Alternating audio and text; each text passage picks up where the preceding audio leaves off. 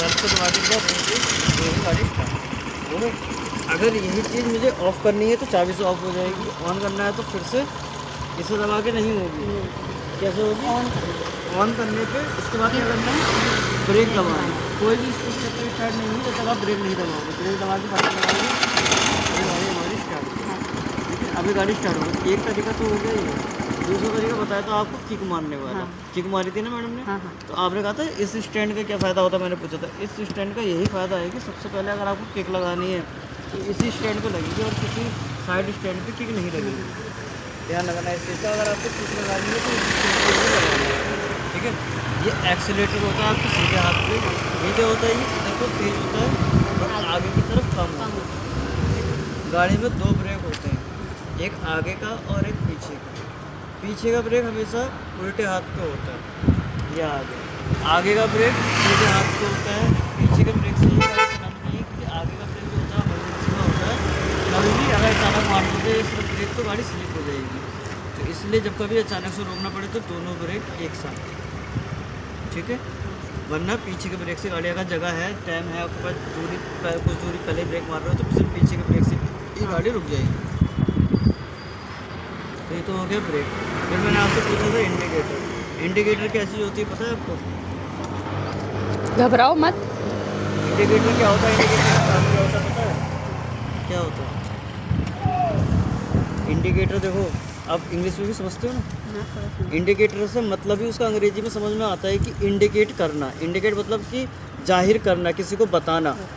तो ये इंडिकेटर का मतलब ही हिंदी में ही हुआ ना। तो हम लेफ्ट जा रहे हैं या राइट जा रहे हैं, ये इंडिकेटर बताएगा हमें।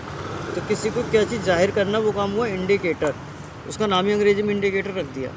किसी को बताएंगे तो राह चलता अगर हमें मुड़ना है इस साइड है या उस हाथ में तो चीखेंगे तो ओए हट हट मुझे मुड़ना है, ऐसे नहीं कर सकते ना। तो उसके लिए सबसे शॉर्ट तरीका है कि आपकी गाड़ी ऑन होगी, गाड़ी चल रही होगी, आपने लेफ्ट साइड का इंडिकेटर दे दिया तो ये देखो किसी में तो भी बजती, किसी में नहीं बजती, पर लाइट सब में जलती है।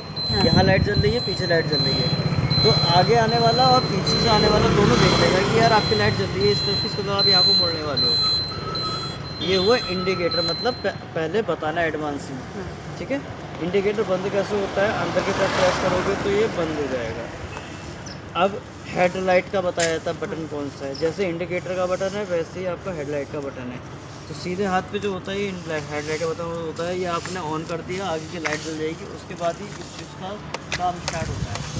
जब तक ये स्विच ऑफ है तब तक इस स्विच का कोई भी काम नहीं हमें पता लगेगा क्या कर रहा है। अब जब हेडलाइट ऑन होगी, इस स्विच का काम होता है लाइट की लेंथ को अप एंड डाउन करना।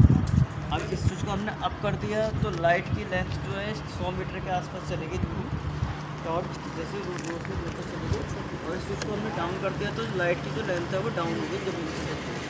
तो ये 60 से 70 मीटर के रेंज तक पहुँच गई। तो ये आपका स्विच का वर्क ठीक हो गया।